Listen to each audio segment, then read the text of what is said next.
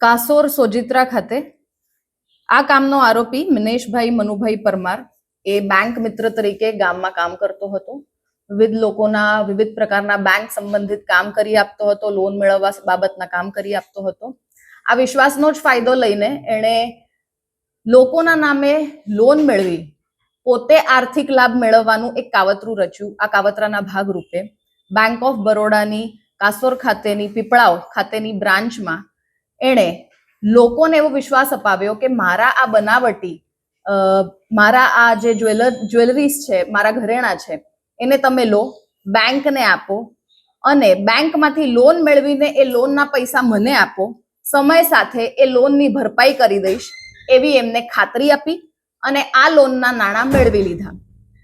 સમય જતા bank of બરોડાને જાણ થઈ કે આ જે દાગીના એણે આપ્યા છે એ દાગીના બનાવટી છે, જેથી બેંક ઓફ બરોડા તરફથી આ ફરિયાદી તેમજ આ સાહેદોને વારંવાર લોન પરત કરવાના કોલ્સ આવવા લાગ્યા, લોન રિકવરી માટેના કોલ્સ આવવા લાગ્યા, જેના પરિણામે આ કામના ફરિયાદી તથા સાહેદોએ સોજિત્રા પોલીસ સ્ટેશનનો સંપર્ક કર્યો અને તપાસ દરમિયાન જાણ થતા આ ગુનો નોંધવામાં આવ્યો. ગુનાની ગંભીરતા ધ્યાને લઈને એસપી શ્રી જીજી સાણી સાહેબ દ્વારા આ ગુનાની તપાસ આગળની તપાસ એસઓજી શાખા આણંદને સોંપવામાં આવી. જે તપાસ દરમિયાન આ કામના આરોપી મિનેશભાઈ મનુભાઈ પરમારની અટક કરવામાં આવી, જે ઓલરેડી જ્યુડિશિયલ કસ્ટડીમાં છે 3 દિવસના રિમાન્ડ પર.